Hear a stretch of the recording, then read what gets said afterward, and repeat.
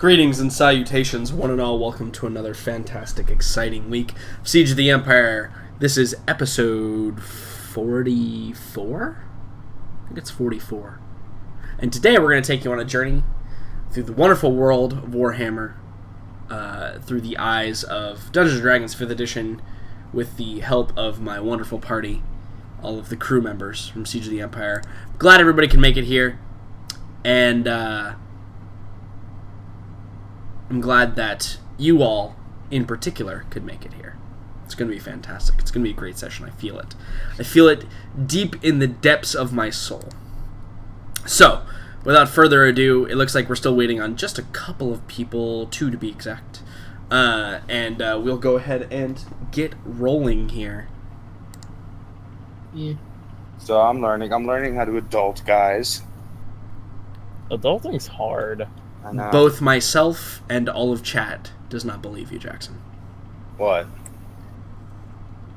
that you are learning how to adult. I learned how to cook.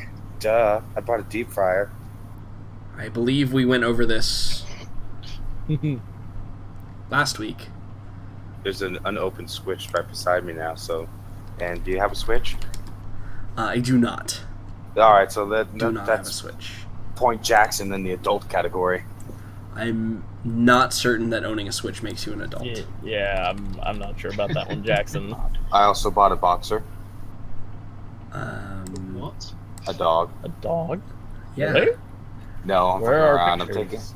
Again, I'm just taking care of her for a little while. She's sitting on my phone. I'll show you a picture. yeah, again, I'm not certain that either of those things make you an adult. You don't know me? Rhea, look at me. Rhea. Look at me, you dog. I will admit Rhea is a really cute name for a dog. Well, she's Serbian. She only speaks Serbian. Mm-hmm. Start growling at her. Anyway, hello everyone. Glad you all could be here. Hi. Hello. Hi. Don't tell me to say hi. Will, you are extra excited. We'll get to that in a moment. I am. I missed Let's- you guys. Of course I am. Wow, that's something I never thought anyone would say. We'll start at the bottom, and save Jackson for last. Started from the bottom over here. Exactly. Megan, are you there, or are you currently getting food? I am here.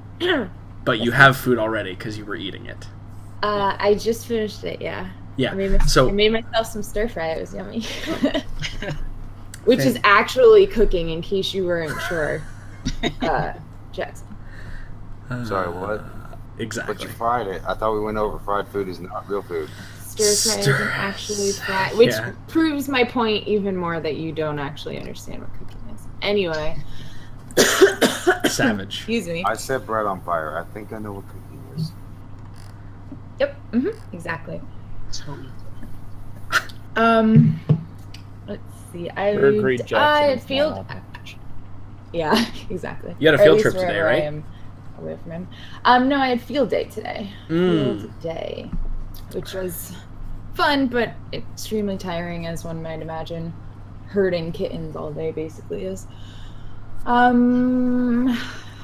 I have some. Oh, I can't. Well, You may want to I- explain so- to Will what field day is, because he was laughing as if he has no I clue feel what you're like- talking about. no. I feel like last year I explained what field day was because it was like right around this time that I joined the crew. Megan. I forget what I had for dinner, like just a few days ago, let alone.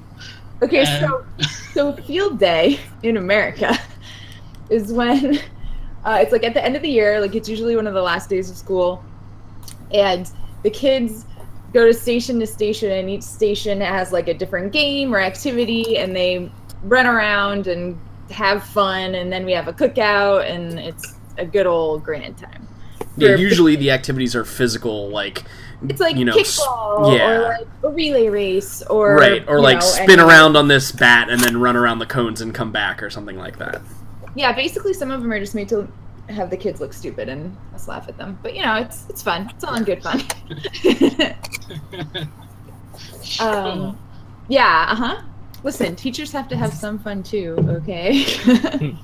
My field days involved water guns, just so you're aware. Oh yeah, we have water balloon station and Yep. stuff of that nature. Fantastic. Yeah. So each grade decided to do a totally like Legends of the Hidden Temple theme. So they had to pick a color and an animal. Cool. Yeah, it was just it's cute. So I was very proud of my students because they chose rainbow as their color.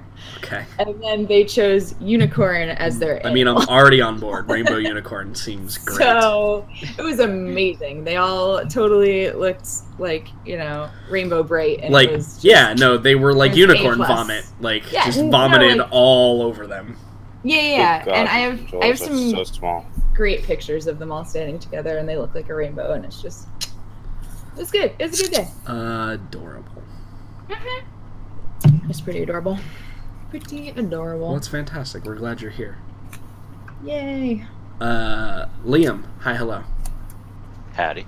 We're starting from the bottom today, so Jackson was dealing with his Okay. dog, and it was either go back to you or go back to Dalton, who is not also here yet. So we're going to start with you. What's been going on? How have you been? Tell us all about it. As per usual, not sure there's anything hugely exciting to talk about. Don't let people play Mystics if you're GMing a campaign. Apart from that, Oh, I need to hear the story now. Jackson, please. I'm Good opening Lord. a switch. Yes, well, perhaps you should mute your microphone, please. No, I'm Just done do it now. quiet later.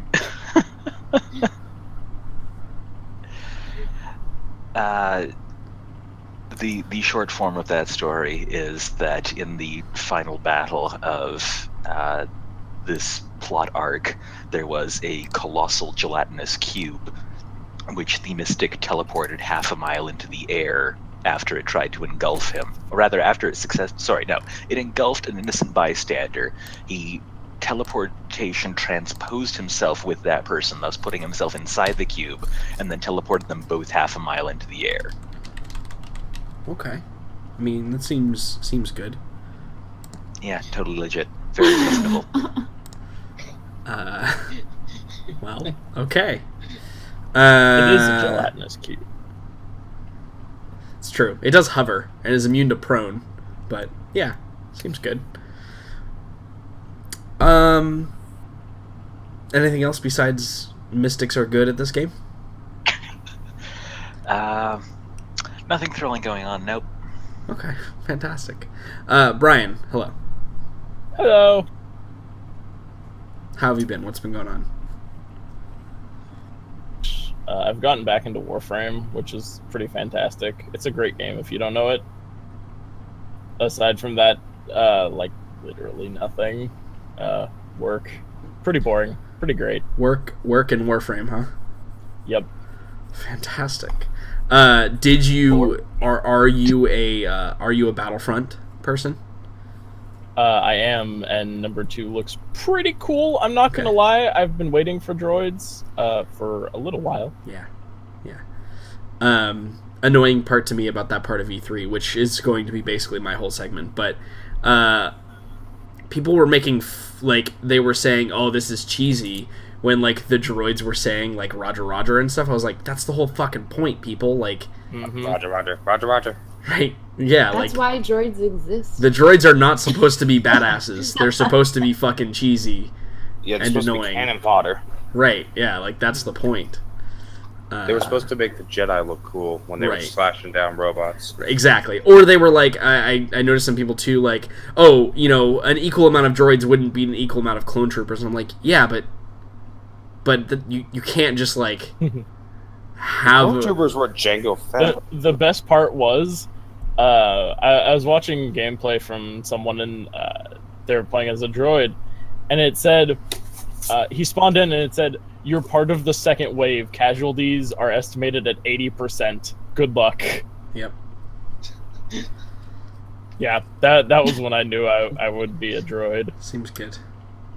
How do you feel about them breaking canon and putting anyone in any part of it's the... a Battlefront game. I don't Okay. care. I'm happy Alright. with it.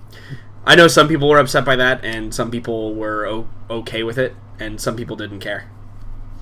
Yeah, I'm on the... I just want to play someone fun when I'm a hero instead of some lame ass. So Yeah, and you could choose your hero. Like, that it's not stuff. restricted anymore, so you Yes. can kind of choose whoever you want to be in whatever Boba era Fett you want to be. every day. Yeah, Every day. so... Some people are like, my mission, but, whatever. It's, like you said, it's a Battlefront game. You're there to fucking shoot things and mindlessly run around for 50 hours. Imagine Battlefield without tanks. How boring would that be? Well, I mean, yeah. Also, vulture droids, the best. Yeah, the air stuff looks pretty good in that game. A lot of people were saying, too, it looks like Battlefield 1, but in Star Wars, and I'm like, it's not necessarily a bad thing. Yeah, why is that a bad thing? Battlefield 1 is a great game. It's actually fantastic. I really enjoy it. So, cool. There's very little variety amongst most shooters. Yeah, I would say in Battlefield 1, yeah, it's, the variety is the scenarios that the players create, but at the end of the day, you're still capturing A, B, or C, and you're still pushing into a point and capturing it. So, whatever. Mm-hmm. Don't say that's bad. They did give us like 60 more weapons than actually existed in World War One, so That's whatever. true. Exactly. It's true. I guess that's the equivalent to putting Darth Maul, or to putting Han Solo in the Clone Wars era. Mm-hmm. Or Rey in the Clone Wars era, even worse. But Even worse. Who wants to play Rey? a lot of people apparently. lot of Actually, I heard that Rey. You? I heard that Rey has an awesome ability called mind control, where it Inverted controls. Yeah, Is it inverts that the spoilers? other people's controls. That is Are they awesome, actually. spoiling the game, or are they spoiling number 8 for us? Is that what's I don't know. actually Maybe. happening? Yeah, maybe we should see if Rey gets a mind control ability in the next movie. Because Rey was a little bitch in number 7, like serious levels. Wow. I don't know You about just- that, but you just pissed off like the entire Star Wars community, right? Yeah, I don't Just like Rey. one statement. I don't like Rey, Possible. but for other reasons, not because I thought she was a bitch. Well, no, I just don't like her as a character. But she also was a bitch. It just My happens to be tagged on. problem with Rey is I don't think she was a character. Like, I don't think there was enough there to consider her having a character. But Agreed. I mean, we're talking about Star Wars. Qui-Gon Jinn is also theoretically a character. True. That's true. it's a good don't you point. make fun of Liam Neeson? I won't. Liam Neeson will kill me, but Qui-Gon Jinn doesn't actually have personality traits. You know what? And I agree with you for the same reasons. He was, or like, the same could also be said for Count Dooku. Like, I don't believe Count Dooku had Saruman? enough. Yeah, Saruman, Yeah. exactly. Enough to be a character in the game whatsoever, or in the movies whatsoever. So, I feel the same way about Phasma too, in the new movies. Like, they're bringing her back, and I'm like, cool. Why do I care? Well, unless she actually does. I think that if she does something, then I'll be happy. Yeah. I felt Other very than much like Falcon. Phasma was just supposed to be the comic relief in that movie. She was in a that movie poster lot. boy. You know what She's she kind of Boba reminded Fett. me of? Yeah, exactly. That's it. She was the Boba Fett. She looked cool. Yeah. Yep. Yep. Agreed. And that was her entire purpose, was to look cool in the whole Yep. movie. So, but now, like, there was such a cry out. And that's the other thing that I'm not sure if I like. It seems like they looked at the outcry from the community and are building the story around that. And I don't like that as much, because I think it's great Yes. that they're taking feedback, but it also tells me that they don't have the story planned out past this point. I'm skeptical of how much they're actually changing anything based on supposed Isn't that feedback. what Right. he does? Yeah, Because, like I or- said, I feel like they don't have a good idea of where they're going with it. Well, you know, have No, I you heard think about the interview that they had where they were talking about the different, like, they're planning on like a bunch of like side stories, you know, like Han Solo's origin story. Right. They're even talked about like some Sith Lords and shit like that. But like one of the things that they mentioned is the Boba Fett story. Mm-hmm. But they actually say that they have a lot of problems with it, mainly for the fact that the kind of character that Boba Fett is supposed to be, it's hard to make a movie where he's the hero. Yeah. I don't know about that. Well, he's like basically a bounty hunter. He's a Mandalorian bounty hunter, man. Yeah, Yeah. Why does he have to be a hero? Make him an anti-hero. I mean, Jesus. Yeah. But that doesn't really fit well with the Disney. You know what? They need to make a rated R Wow. movie. Fuck Disney. They need to ball up and make a rated R movie and Please, basically video. make Deadpool in space. That's what they need. I would love that. Yeah, that'd be awesome. With Boba Fett, it would work. Deadpool in It space. would. Just Played by Ryan Reynolds. yeah, Ryan Reynolds just like takes off the mask and he's Boba Fett. I mean, how much better do you get than that? I think that's basically. I think that, you know what? I'm gonna be honest here. I think Ryan Reynolds would make an amazing Boba Fett. I think the internet would break. Is what I think would happen. Yeah. Like, Ryan Reynolds playing some of the two like biggest fan favorites. yeah, no, I think the internet would break. Hmm. Personally. Also, I'm gonna be honest, guys. I'm holding on to my Nintendo Switch controllers.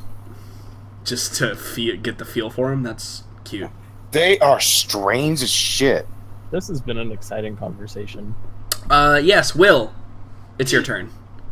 Hello. Yes. Tell I'm us still all here about and alive. France Land. Yes. You're alive. Yes. Welcome back, Will. We missed you.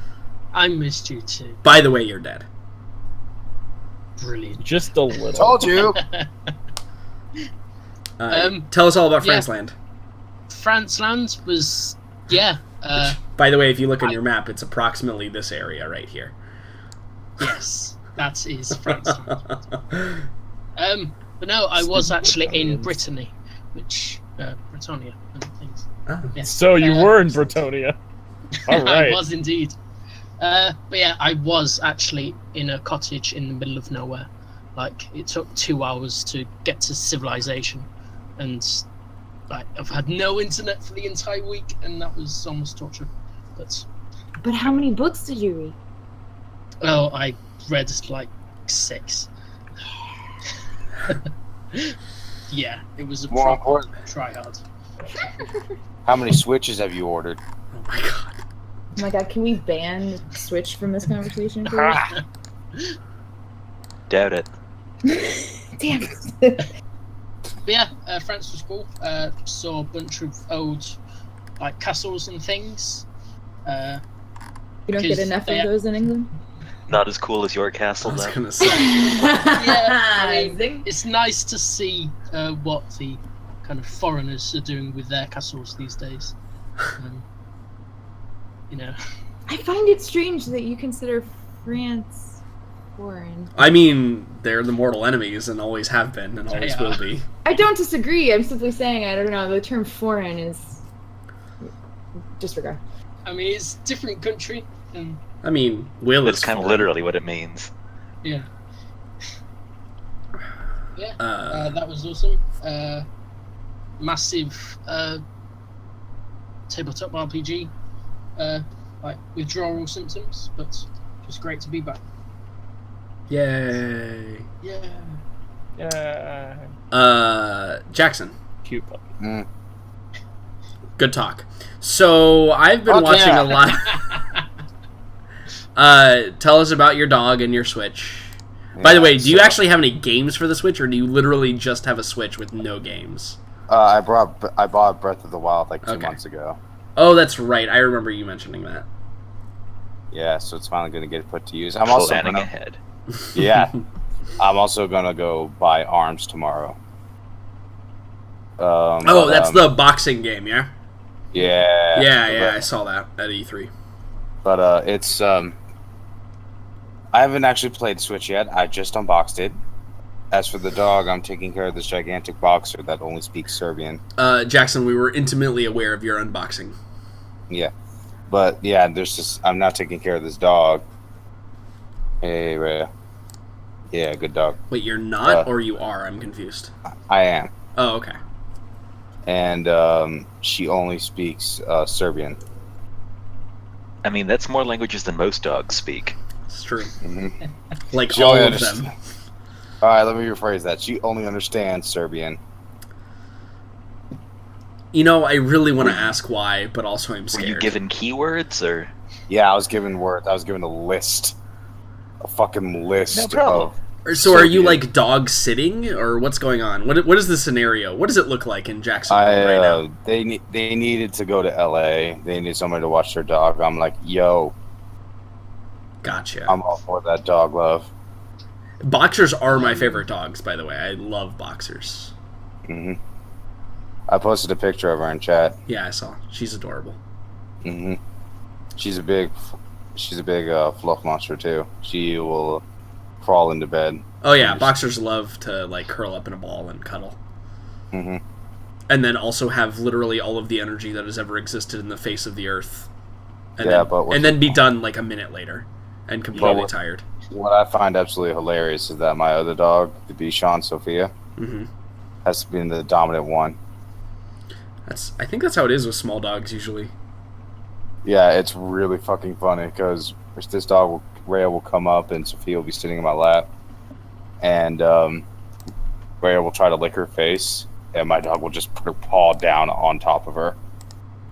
Like, no, stop. That's adorable. Yeah. Other than that, I've been working. Question on the Switch, as one who will be investing shortly in a lot of equipment, much to my joy and simultaneous dismay. Is it one of those things that when you get it, it's charged, or do you have to like plug it in for 24 hours, or has that kind of gone by the wayside in recent years? Let me check.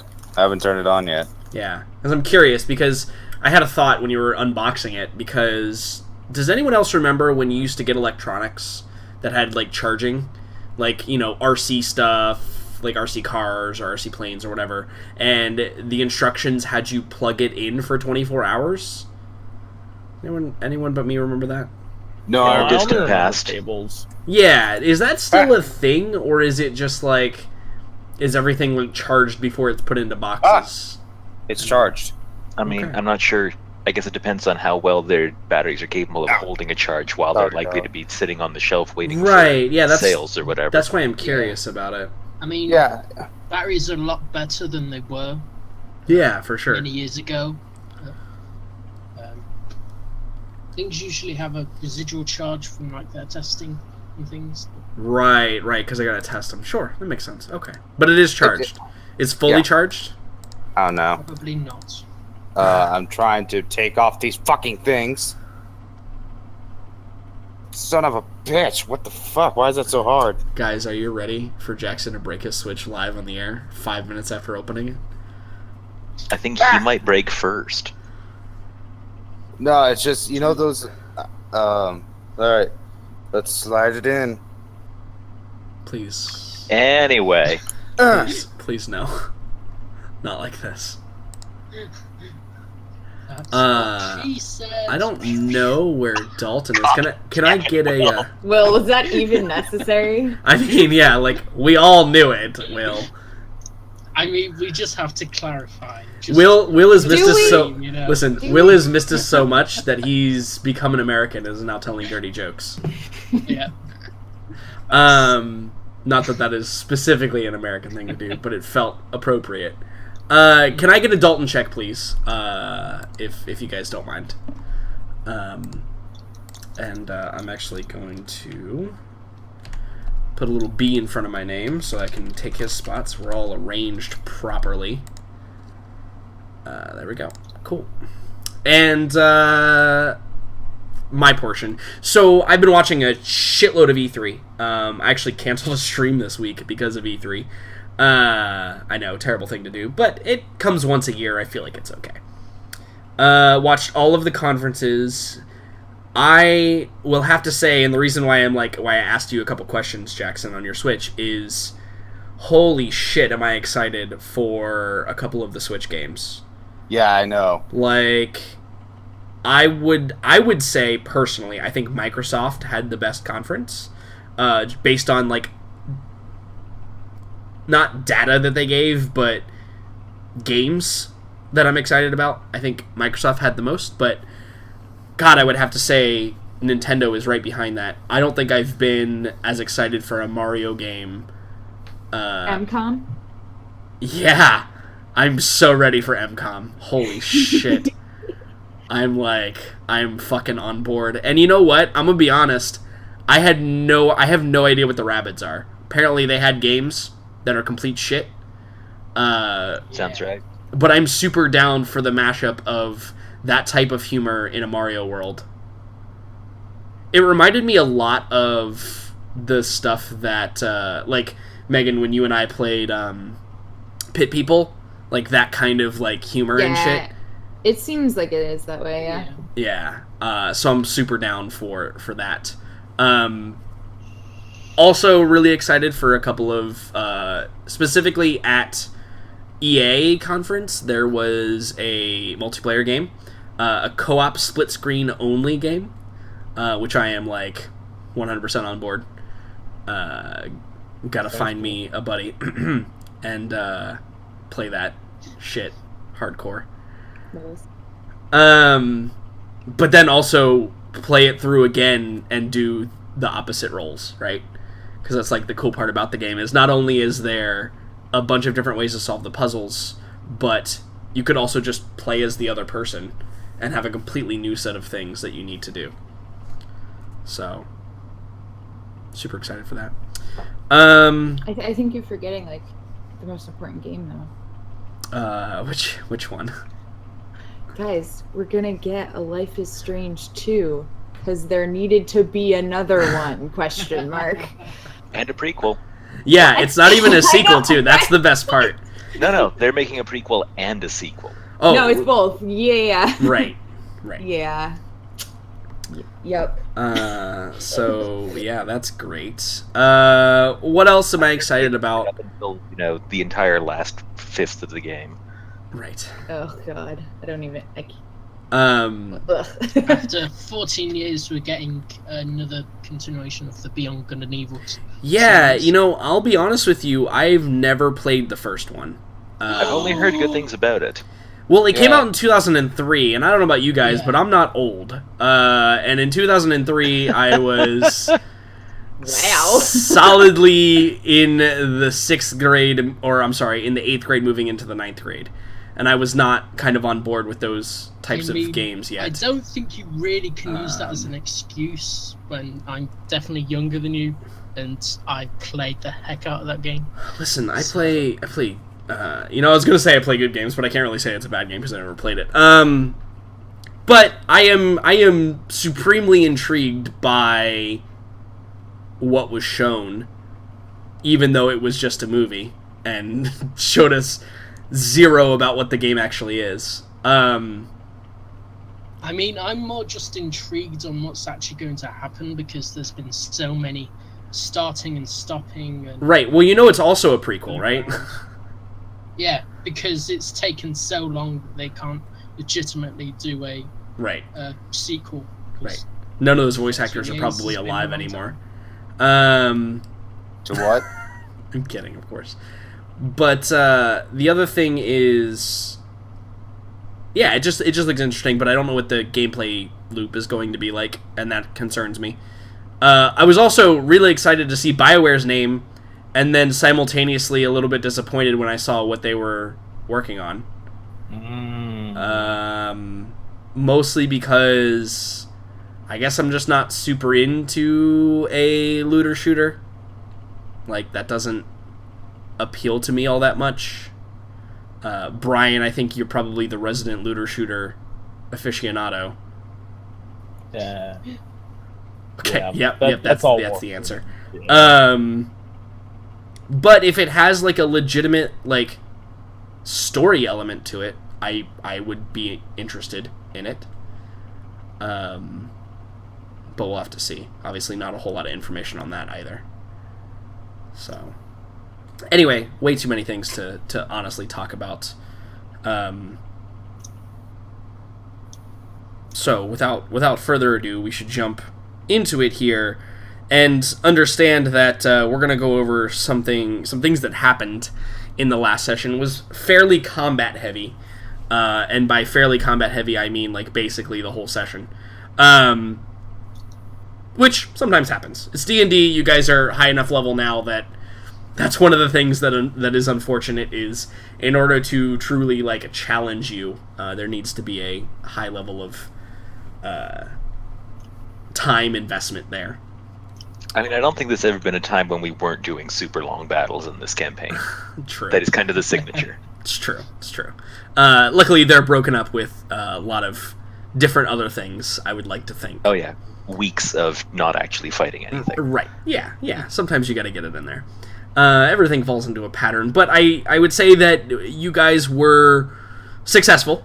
I think pretty through and through successful. There were some interesting, strange events that occurred up to and including we got some more top action from Aylin's device.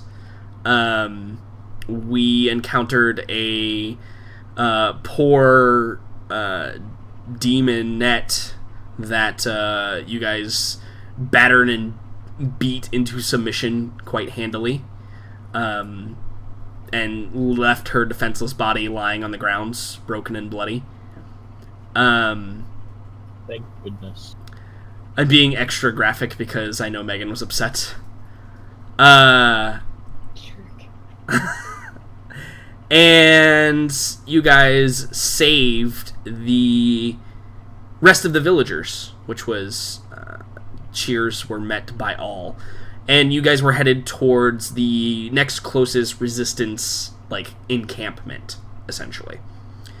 And we also encountered a new character who, for some reason, I don't think I wrote her name down. For whatever reason that might have been. But when we encountered this new character, whose name I will figure out in just a second. Magellan. What? Magellan.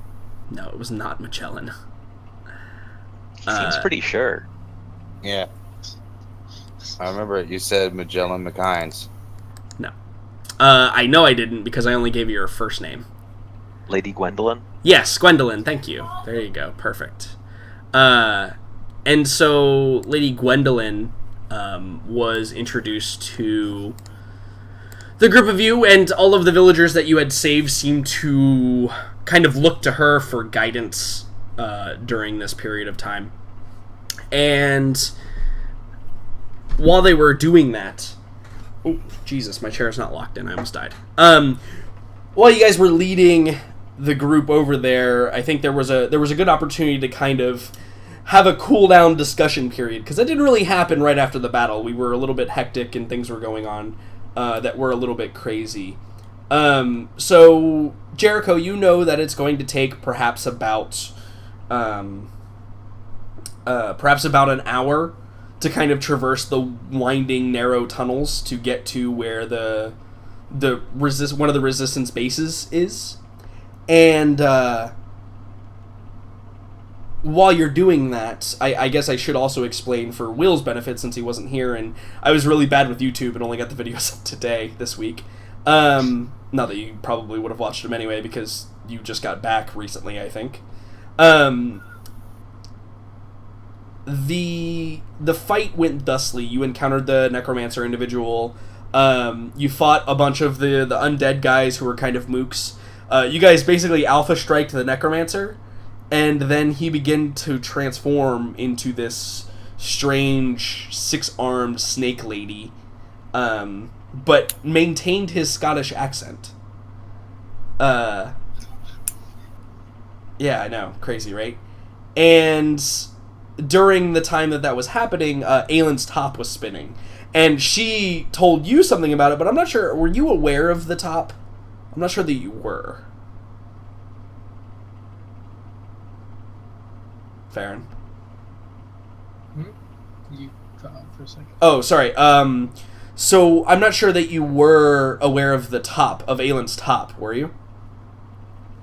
I knew something weird went on, but not specifics. Okay, yeah. So basically, from your perspective, what happened is Aelin told Mel and you that like the top was spinning, and Mel went pale and said we need to leave and just fucking booked it. You decided to stay in and help your friends, and then once you guys were successful, with no small feat to Jericho's quick thinking and powerful spells, you were able to defeat the beast and return. So you may have some questions on that. I'm not sure. That's up to you. So what during this hour or 2 hour long period that's going to take you, or hour and a half or whatever, that's going to take you to get to I don't know what that means, to get to the Resistance HQ, is there anything that anyone brings up, or are we kind of like moving in silence and, you know, licking our wounds and bandaging and that kind of thing? I would like to talk to the chickie. Yeah, Lady Gwendolyn. Yeah. Yeah. That's right, that's what it was, because I thought she was a dragon. We've addressed this already. Are you clicking your Switch controllers? Is it fun? No.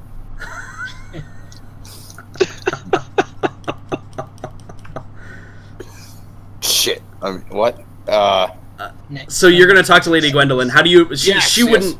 She wouldn't like approach you. How would you approach that conversation? I have a couple questions. Yes, you may ask. Alright. How did you get captured? It seems like he was using you. It seemed like he was using you guys to make zombies. Did he already have zombies with him?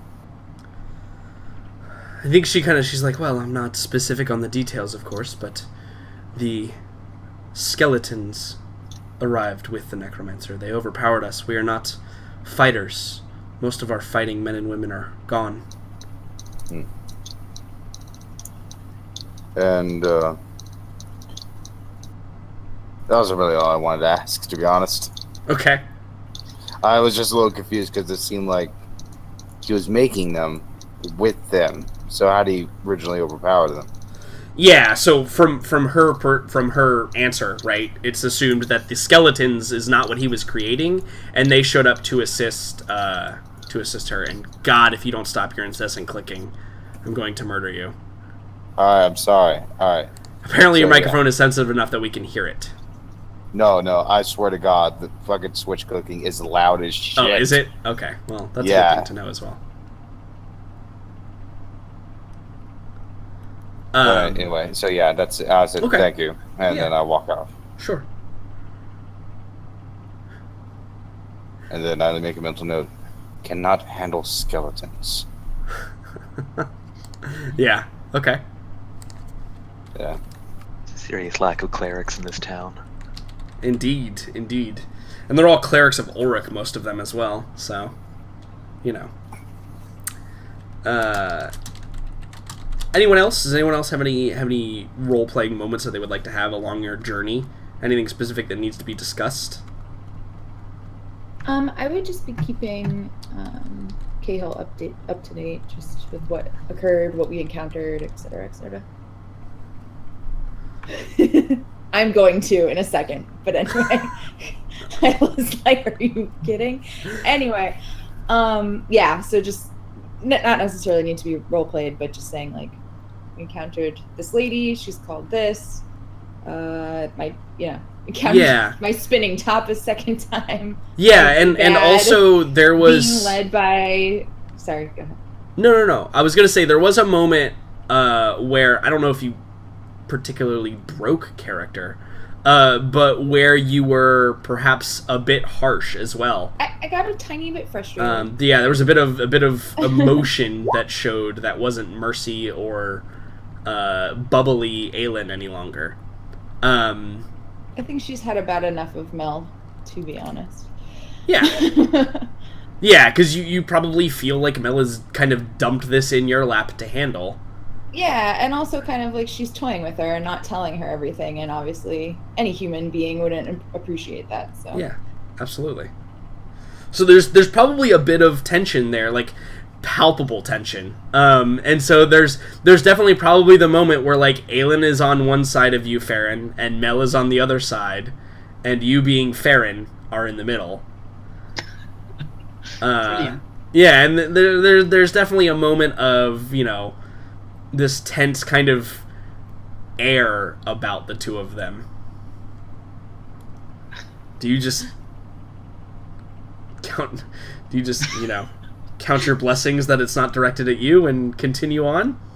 I mean, it has been a long time since it hasn't been directed at me. But Not everything's about you, Farron. what do you expect? He's the bard. He always thinks it's about him. Sure. No, I think I would make some kind of attempt to get them to engage in idle chit chat with me, but probably fail immensely, and just make the whole scene even awkwarder. So yeah, we get this image of Farron like, oh, lovely weather. We're as you like look around the dark tunnel that you're in. Yeah. That kind of awkward moment of respite, and I think that like Mel would certainly give you like overly like kind of proper and happy answers to anything that you said.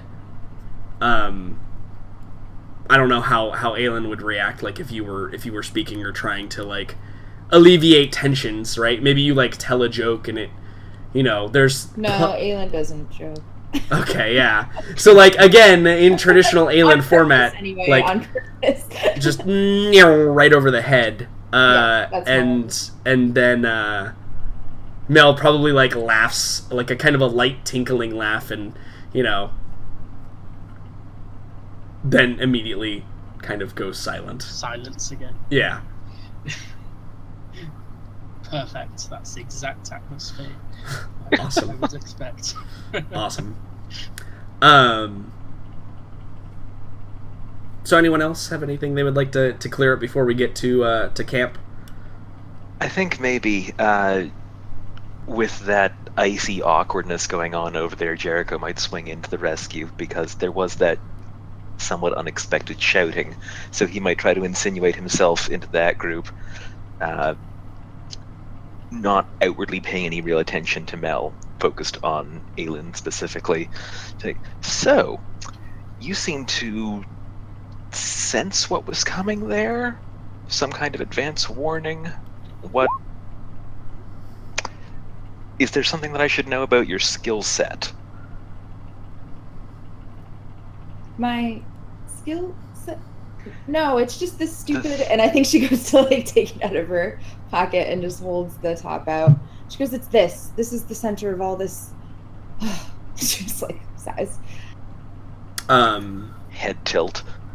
Yeah, so you show him the top. You like unwrap it out of the cloth, and again, it's as I've described it before. It's like a small, like almost wooden or like polished wooden top that is sitting point up in her hand, even though she's not like holding it up or anything like that.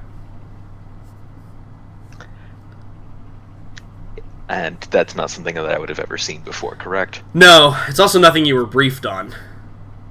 Yeah. I feel like this is clearer to you than it is to me. Could you maybe break it down for me a little bit more? Well, Mel, would you like to chime in at any point here? I think, yeah. And I think she looks and she says, "Ah, yes, the device. Well, as far as I am able to tell, it detects the presence of, well, some powerful, I don't know, divine energy. Felt good to give it to our own powerful divine, no?" To answer your question, this is how I knew. At least a few moments before the rest of you. Well, glad you did. How are we defining divine in this case? Aelin looks at Mel. Yeah, and Mel probably just like shrugs. She's just like, it is simply what I was told. And unfortunately, I only know what she told me. I just love being so well informed before going on a mission. Can't wait for that to happen someday. So it's not doing anything now, which means that thing is properly dead and nothing else like it is around us. We've got that going for us at least, yes? Well, at the moment, yes. I think Daniela probably like slides into the conversation, and she's like, "It was not the first time we had encountered that creature." That one specifically, really. Hadn't heard anything about it up top. Not the big snake lady with 6 arms, but the shadowy form. If it was indeed, and she kind of like looks at Aelin and says, "The same as we encountered previously."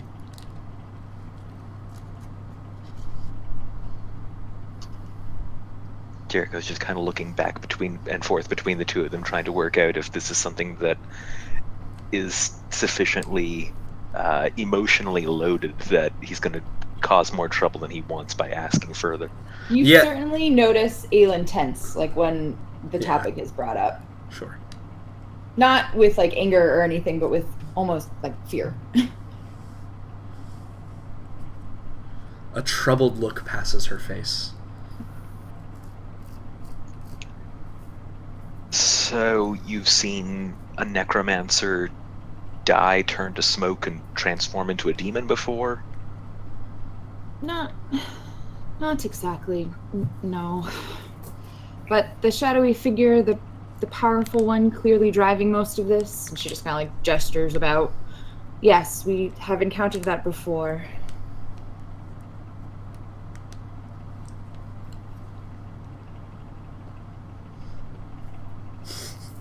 I believe it's also the first time, Farron, that you've heard any of that. You cut out. Farron, I believe it's the first time that you've heard any of that as well. Cut out for me again. God damn it. Turn off the voice. Farron, it is the first time you have heard any of that. Yes, okay. I got all of that. Jesus.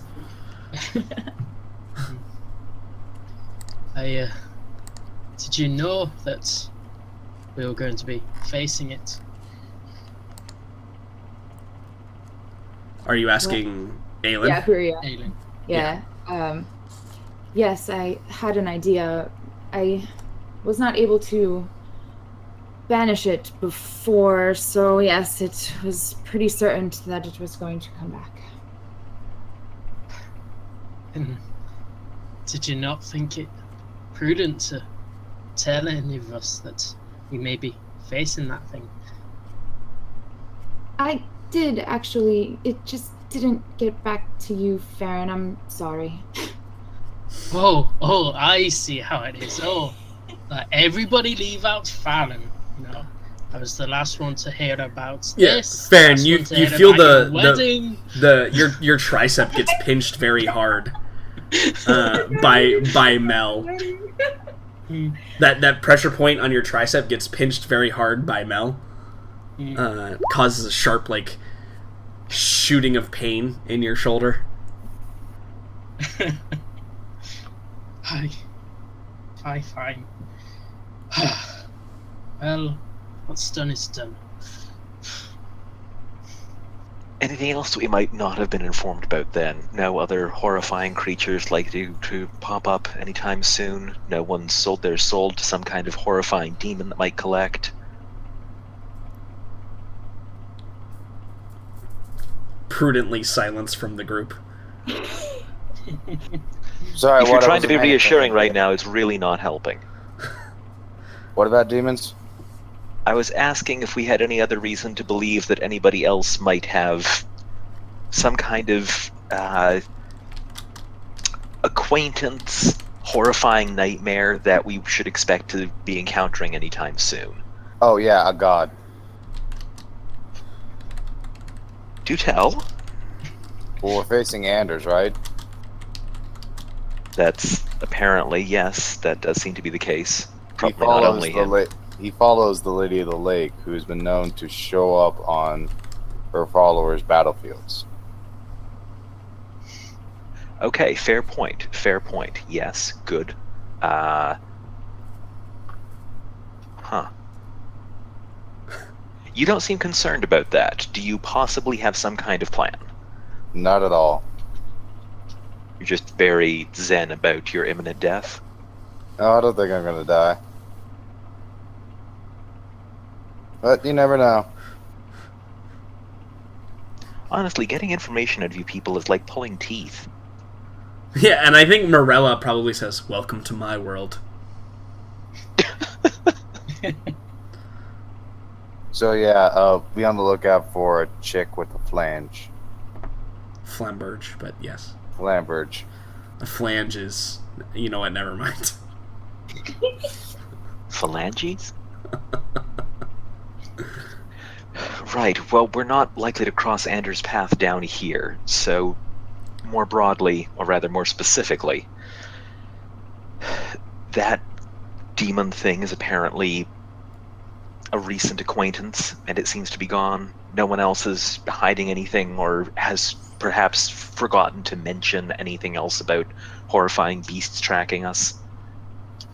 I mean, one of the tavern ladies nearby I managed to piss off well and good. So she may give me a hiding at one point, but Also, I've dissected a lot of demons, so I imagine I'm on a shit list somewhere. Well, that's fine. I'll just walk behind you. Good. Okay, I suppose that's everything then. I mean, I realize that given how often you've seen me change my face, I'm the last person to be able to talk to anybody about openness and honesty, but I really would like it if we could just sort of pull together when it comes to letting each other know about horrifying demons that are in your immediate presence. No one else happens to have any kind of detection devices?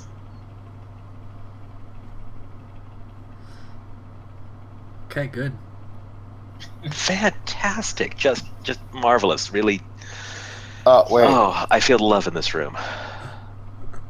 no news is good news and all that. And also, just as a side note, that spell that I used on the Marilith, just don't mention that to anyone. I don't much like that, and politically there's always questions when it comes to horrifying disease around here. No problem, I understand you. I was hoping to save it for Anders, but, well, with any luck, he still won't see it coming. Mm-hmm. All right, fantastic. I think that's the last of that.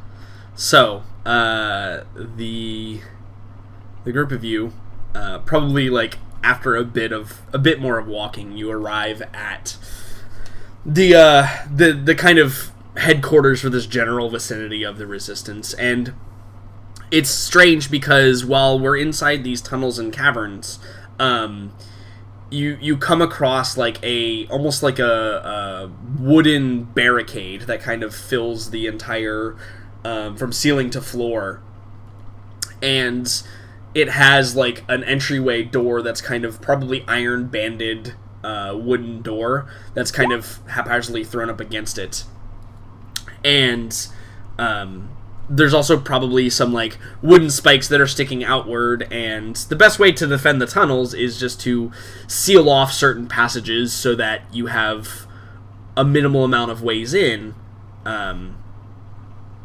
and with those minimal amount of ways you can defend them easily against larger forces, right? The danger you run into is also cutting off your own escape, obviously. So it's kind of a strange balancing act between having enough entrances and exits and having too many so that you can be assaulted easily. But seeing as it's been probably about 2 months since the onset of the armies, the people have adapted quite well and have a decent amount of escape routes and enough people to man the entranceways that they do utilize. And so when you arrive, I think there are probably a couple of guardsmen, some with they're kind of in mismatched armor. One of them's probably wearing like a breastplate with some like leather greaves and gloves. Another one's probably wearing like chainmail, but very clearly has like plate gauntlets on. And there's probably one with like a great axe who's kind of with sitting down with it resting on his knees, and when he sees you approach, he stands up, and you realize when he stands up as well, he appears to be a dwarf. And it looks like half of his face is kind of burnt. Recently, it's still got kind of that like that new pinkish reddish skin of the new skin growth. And also, it's recently because about half of his facial hair is burned off as well in that same general vicinity. And he stands up and he walks over to you and he's like, "Oi, what can I do for you?" Is he addressing anyone in particular? He's addressing the group. He identifies you as not undead, so he's not going to attack you immediately, but you can tell he's on guard.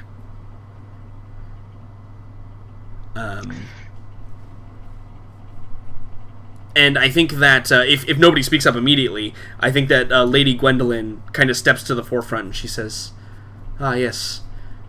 These are townsfolk from the city above. We require aid. Our home was destroyed by the necromancers." And he kind of like gives her the once-over, right? And you can see that she produces something out of like her sleeve or like a pouch, and she kind of holds it away from you guys and shows him in like her cupped hand. Those of you who believe you would be interested in this, though, can make a perception check. Absolutely. Going all in on this perception check. I'm gonna use my nothing because I don't have inspiration. 25 is pretty good. 25 is pretty good. 11's pretty amazing. It's not, no. I assume, Jericho, you're opening up your character sheet. Ah, there it is. 18's pretty good. So, she was specifically trying to hide it, but I think that, Jericho, you catch a glimpse, but Farron, I think you probably, like, when she, like, kind of turns it to the side, you catch a better look. And what you both can kind of make out, but you see it much more clearly, Farron, is there appears to be a small figurine, probably about the size of, like, a Monopoly piece is the only thing that I can equate it to, that we may understand what we're talking about. So probably only like an inch big on all sides. That's what, like 4 centimeters in metric, something like that. 2.5. 2.5. That was close. It's about 2.5 centimeters, and it looks like a bird, is what you can tell, Jericho. But Farron, you can tell that it looks specifically like a magpie, because it looks like it used to be painted, but it is chipped away, but it has the colorings of a magpie, with like the white neck line, and then the shoulder boards as well. Mm-hmm. So that is what you can tell of the figurine, and you can see that the dwarf, he looks at it, and then he inclines his head a little bit, and he kind of waves to the guardsman at the door. And without another word, kind of sits down and begins going about his business. And Lady Gwendolyn, leading the charge, kind of heads in, allowing you, the group of you, and also like the 10 villagers you have with you, space enough to file in behind her. So I assume that you do so. Yeah, good. I mean, is there any way, like a very good history roll would allow me to know the importance of it? Like, I wish. Figurine? I wish that this game had a heraldry roll, like L5R does. But I think that history is the most appropriate, yes. Yeah. With intelligence. Um. And it's hard. It's up there. Yeah. Harder than the perception check you just had to make, for sure. You could ask for assistance from a fellow bard. Yeah, if you want to, like, give away that you saw that to somebody, you could ask for assistance. Yeah. Hey, Jericho. I'm trying to wrap my brains for what a magpie insinuates. Okay. So, both of you are going to pour your memory banks, which gives you advantage on the roll. Farron. No. Yeah, I think that Farron, you're probably a bit more removed because, you know, it's not your culture per se, even though you've been living in the Empire for a while. And Jericho, you know a lot more about, like, the heraldry of the area, but you can't pin it either. Maybe with some research you can, but research seems hard in the dark, dank tunnels of Middenheim. Yeah. Not a lot of libraries down here. Don't know why I'm bothered. Not a lot of libraries down here. So, unfortunately, you guys aren't able to figure out what that is. But anyway, I assume that everybody enters into the area, and the closest thing I can equate this to is for those of you that have played Fallout 3. When you go meet the children in the underground cave, where there's kind of like a whole ecosystem that's kind of existing. Say that again? Lamplight. Lamplight, yes, that's the name of the particular town.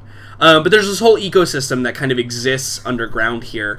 You can see where people have kind of cordoned off areas for them as like living quarters, right? Where they have like their beds or cots or sleeping rolls or rags. I think that one thing that assails you, though, is the and I'm going to use the word humanity, but you understand that there are other races here. But kind of the stench of humanity and people living in here, because there's not a whole lot of places to, like, bathe down here.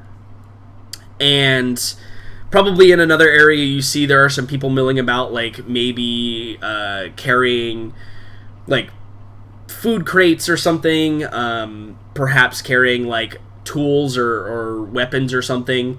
But I would call this place ragtag at best.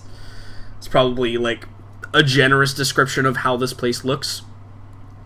Certainly, you can tell right away that a sustained assault from anything reasonably strong, it's probably designed for people to get up and move and run away rather than defend it at a given notice. So that's probably the couple of things that you're able to gather as you kind of walk through. But it is nice as well to go from the empty tunnels to a bit of a din of noise as people are chatting and talking, and it's kind of echoing but not. So if you've ever been in like a big old tunnel system, you know that noise echoes, but it only goes so far because the air is very still. And so, you know, you'll walk in, you'll hear, like, bits and pieces of conversation kind of coming from all directions. So, it's perhaps a bit of a lighter atmosphere than traveling through the dark, dank tunnels. And as well, you notice that there are some torches and braziers lit that provide a little bit of ambient light, which you didn't really have before. So, in this area, there are a few places of interest. Obviously, there's, like, the living quarter area. There appears to be, like, I wouldn't call it a marketplace, but, like, where a couple of booths are set up for people to, like, come receive rations for the day. Kind of like a socially, like, gathering area. There is clearly, like an armory of sorts, and barracks where other living accommodations, but for people who fight, are there, and there's definitely some people around there. There's a little pool of water that's probably being used as a well that is kind of off towards the center of this larger cave or, opening that you're in. And also there's some catwalks that kind of go up that are kind of shoddily built, that are kind of up above your head, crisscrossing the cavern to go into different tunnels and different holes and stuff that are up there. And you can see there's a multitude of ladders and makeshift stairs that kind of lead up to there. For those of you who are perhaps heavier of foot, they look a bit daunting. But for those of you who are very sure of foot, wouldn't be any problem, I'm sure. Awesome. I like stairs. Great, awesome. So, you all are kind of left to your own devices. Now, Jericho, you have some additional information. You've probably, been here before, at least once. And, maybe you came as a different person. I'm not 100% certain. But you've probably been here before, and you know that it has they probably call him mayor, but that's just a term to denote that he is kind of in charge. And his name is Garfield. And Garfield he used to be a tavern owner in Middenheim, and most of the start of this place was when the armies breached the walls. He took himself, his family, and all of his patrons that were in the tavern at the time down into the tunnels and saved all of them. And so with more people that have arrived, it's kind of just grown from there that he's the de facto leader of this particular place. Would this have been a person that you introduce yourself to, or just kind of observe and gather information from afar?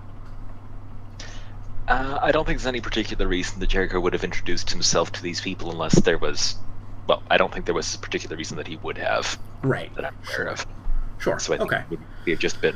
So you're aware of who he is and how it kind of operates here. Yeah. But aren't ingrained in the society here. Yeah. So what is I think Jericho's immediate reaction upon coming in here, regardless of how well he might be known, is just sort of to take a deep breath of the air, visibly cringe, and be like, oh, that takes me back. Yeah. Right, so the man in charge around here would be Garfield. Now, where would probably... Well, I assume Lady Gwendolyn's going to want to speak with him, and you too, Morella? Or Hannibal, whoever's handling the tactics here? Yeah, I think Morella obviously nods emphatically. Alright, I'll go. Yeah, and you can see that after you guys have arrived in here, Lady Gwendolyn has kind of taken her people and seems to be arranging accommodations for them, because there's a lot of logistical stuff that happens when you bring 15 people into a new environment where things are kind of scarce, such as this.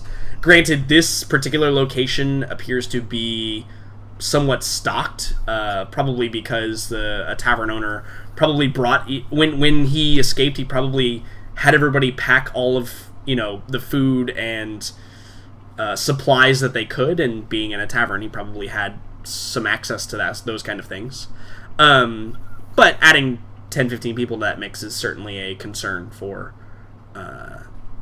dwindling supplies. So she appears to be preoccupied with that right now and doesn't seem to have a mind of going and speaking with Mayor Garfield yet. But the group of you certainly can, for sure. But I will ask that what's the plan here? Because we've gotten here, and that's great.